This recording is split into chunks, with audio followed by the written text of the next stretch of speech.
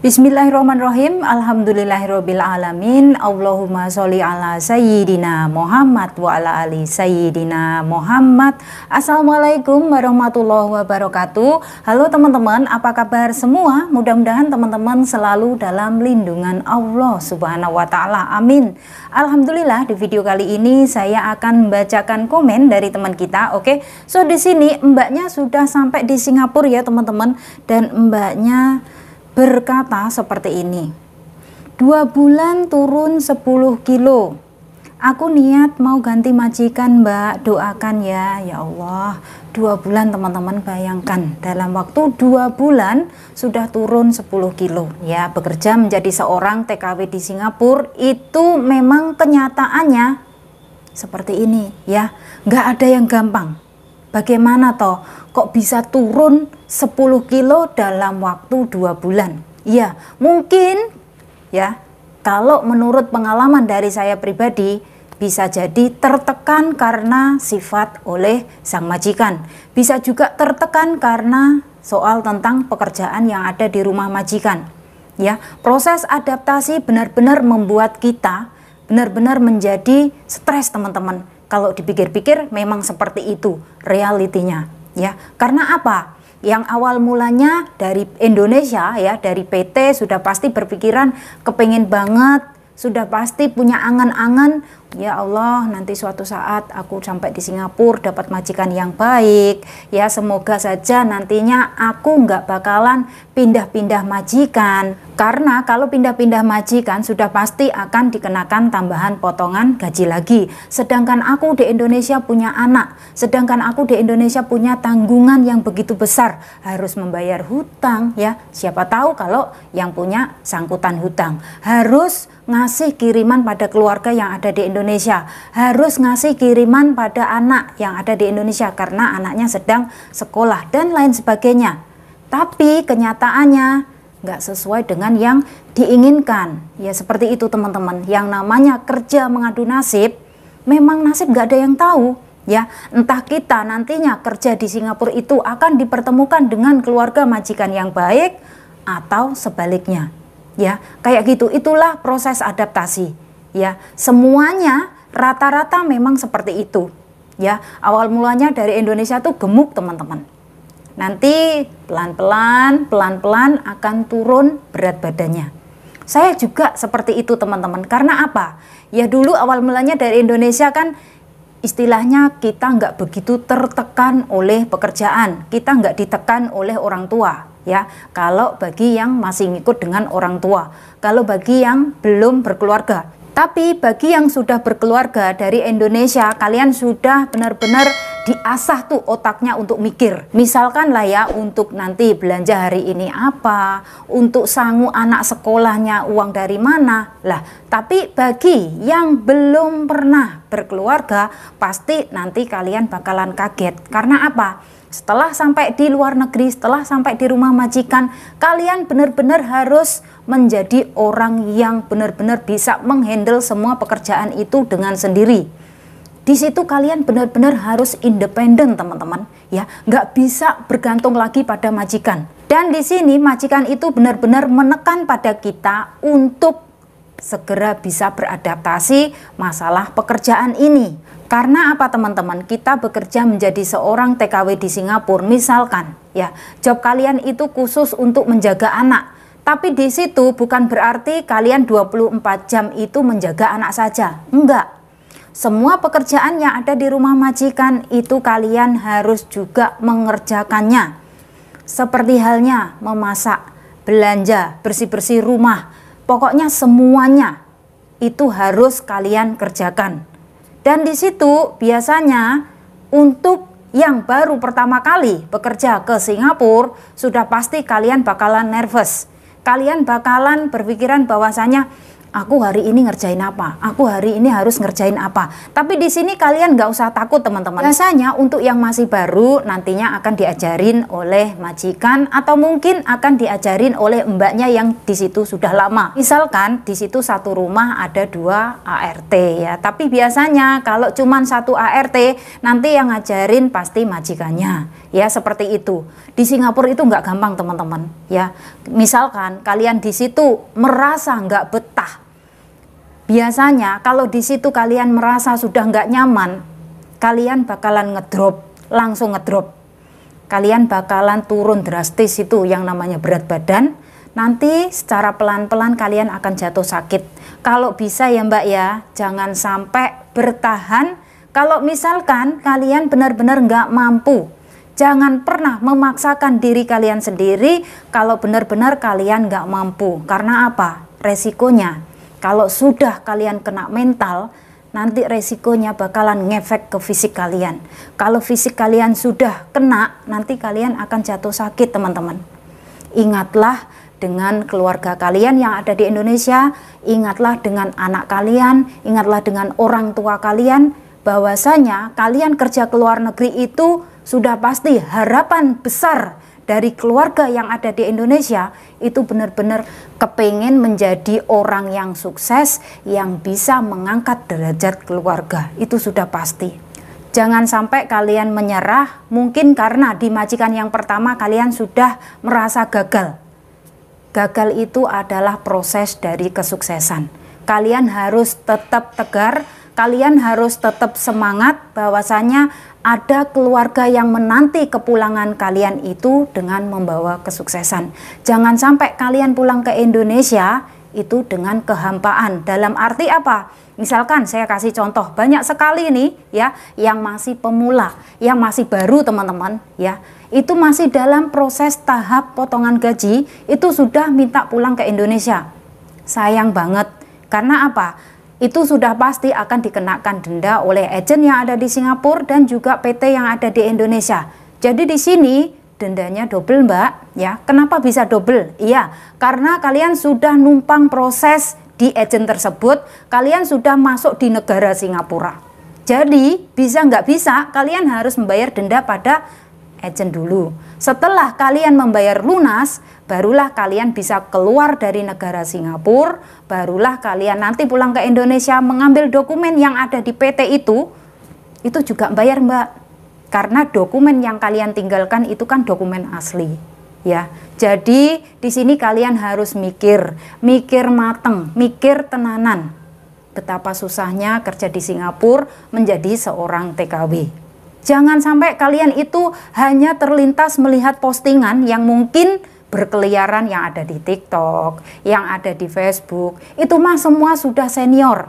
Di sana sudah pada lama-lama teman-teman. Ya, pada suka ngupload mungkin tentang liburan, mungkin tentang bergaya atau shopping atau entah apa aja. Kalian jangan mudah tergiur teman-teman ya. Di sini saya benar-benar menekankan buat pemula, buat yang baru memulai pertama kali untuk bekerja ke Singapura, siapkan mental kalian, siapkan segala-galanya. Karena apa? Kalau kalian sudah benar-benar siap, kalian benar-benar niat nekat, bondo niat nekat Mbak ya, harus benar-benar ya Allah, semoga diberikan kemudahan ya Allah, semoga bisa ya. Kayak gitu teman-teman. Tapi nggak semua orang itu bisa teman-teman ya. Kadang ada orang yang sabar aja bisa mental. Apalagi kalau misalkan orangnya itu nggak sabaran, orangnya sensitif. Baru dikatain oleh majikannya, kamu tuh bodoh, buat kerja aja nggak tahu ya. Kalau misalkan majikannya orang Melayu teman-teman, itu bahasanya seperti ini, awak bodoh tak tahu kerja. Itu kalau diartikan ke dalam bahasa Indonesia artinya teman-teman, kamu tuh nggak tahu kerja ya, kayak gitu, dalam arti bodoh ya. Tapi bagi orang yang mungkin kalian benar-benar sudah nekat ya, kalian sudah biarkan aja, ngomong apa aja terserah. Yang penting di sini saya mendapatkan pekerjaan, yang penting di sini saya digaji, yang penting di sini saya mendapatkan makan, yang penting di sini saya mendapatkan jam istirahat yang cukup. Kadang orang kalau mau pindah itu teman-teman itu mikir sampai kemana-mana Tapi ada juga yang mungkin nggak maulah kerja di sini, udah putus asa. Karena apa? Sabarnya sudah habis, kayak gitu. Ada yang kayak gitu, ada. Karena nggak semua majikan itu mau mengerti tentang kekurangan kita, ya. Jadi di sini buat teman-teman semuanya, ya, memanglah perjalanan untuk menuju kesuksesan itu penuh dengan ujian-ujian, penuh dengan masalah, cobaan. Banyak banget teman-teman. Entah nanti dari anaknya sang majikan, entah dari majikannya sendiri, atau mungkin dari akong ama, atau mungkin dari keluarganya, kayak gitu. Ada aja, ya. Nggak mungkin dalam satu rumah itu orangnya baik semua, itu nggak mungkin. Hal seperti itu sangat-sangat janggal sekali teman-teman, ya. Jadi misalkan buat kalian semua yang saat ini masih numpang proses di PT, saya sarankan dekatkan diri selalu sama Allah, Mbak. Kalau bisa mah tambahin sholat malamnya. Agar apa toh? Agar perjalanan kalian itu dari Indonesia menuju ke Singapura, menuju ke rumahnya sang majikan, itu kalian itu diberikan kemudahan, diberikan kelancaran, agar nantinya kalian bisa finish kontrak sampai 2 tahun. Agar nggak pindah-pindah. Ingat loh Mbak ya, kalau kalian pindah-pindah majikan kayak gitu ya, ngesak nih, saya itu kasihan sama kalian. Karena apa? Ditambah lagi potongannya, ditambah lagi potongannya. Lah terus sampai kapan kalian mau menerima gaji penuh kalau sering pindah-pindah majikan? Kalau bisa mah bertahan. Tapi kalau kalian benar-benar nggak mampu bertahan, ya sudah, lambaikan tangan, ngomong sama majikan bahwasanya maaf mem, saya nggak bisa kerja di sini.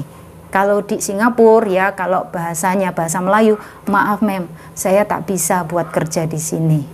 Terus kalau majikan tanya kenapa, kalian bisa ngasih penjelasan yang benar-benar kalian rasakan. Jangan sampai kalian itu menyembunyikan yang benar-benar sesuatu membuat kalian menjadi beban pikiran teman-teman. Karena apa?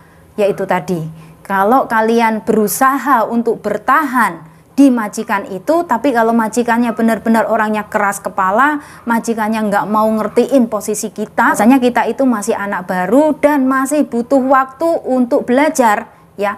Kadang kan ada majikan yang nggak mau tahu, pokoknya kamu di sini dalam waktu 1 bulan harus bisa semuanya, ya nggak mungkin toh. Karena kita biasanya ya, saya sendiri nih teman-teman yang saya alami, waktu saya masih baru itu saya nggak bisa fokus kerja, pikiran itu selalu pengennya pulang terus teman-teman, pengennya pulang terus nggak betah kayak gitu, nggak betah, pokoknya nggak betah, pengennya tuh pulang terus, padahal masih dalam proses potongan gaji. Tapi lambat laun setelah saya menjalaninya ya teman-teman, saya menjalaninya penuh dengan kesabaran, dan saya ingat ya kata-kata dari orang tua saya bahwasanya nanti kalau kamu pulang ke Indonesia kamu mau kerja apa? Sedangkan kamu masih punya utang di PT, sedangkan kamu berangkat aja belum bisa ngirim uang ke Indonesia. Pikir baik-baik, pikir mateng-mateng Duk, bagaimana Duk, kayak gitu. Jadi dari kata-kata orang tua itu teman-teman, orang tua saya ya, akhirnya saya bisa selesai sampai finish kontrak, dan akhirnya saya nambah kontrak lagi teman-teman. Karena apa? Yaitu tadi, memang pahitnya itu kita itu di dalam fase proses potongan gaji, itu pahit banget. Kita kepengen beli apa nggak bisa teman-teman, kita kepengen beli apa nggak keturutan teman-teman, cuman diam aja nunggu sampai potongan gajinya habis. 8 bulan teman-teman, bayangkan 8 bulan pertama saya itu nggak ada uang sama sekali, saya nggak bisa kirim uang ke Indonesia sama sekali, bayangkan.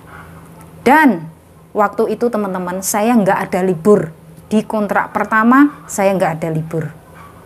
Tapi alhamdulillah saya bisa lolos, akhirnya saya nambah kontrak lagi. Memang perjalanannya pahit, nggak ada yang manis. Perjalanan untuk menuju kesuksesan itu memang benar-benar luar biasa teman-teman. Tapi bagi kalian yang orangnya telaten, sabar, dan kalian ingat bahwasanya nanti di Indonesia itu susahnya seperti itu loh. Di Indonesia itu cari uang susahnya seperti, ya Allah, nggak bisa dibayangin kayak gitu.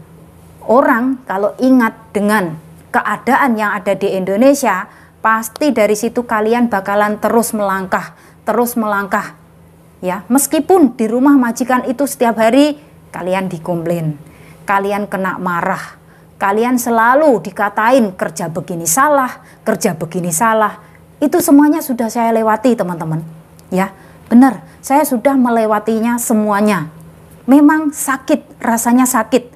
Saya juga pernah menangis teman-teman. Saya juga bisa menangis di saat saya di komplain majikan, di saat saya dikatain kasar oleh sang majikan, di saat saya kena marah oleh sang majikan. Karena apa? Saya di sini juga manusia biasa. Meskipun saya di Singapura sudah lama, tapi saya tetap nangis teman-teman. Kayak ya Allah, seperti ini rasanya kerja ngikut dengan majikan dengan gaji yang gede, resikonya seperti ini, dikatain bodoh, dikatain stupid, dikatain idiot. Ya Allah, benar-benar.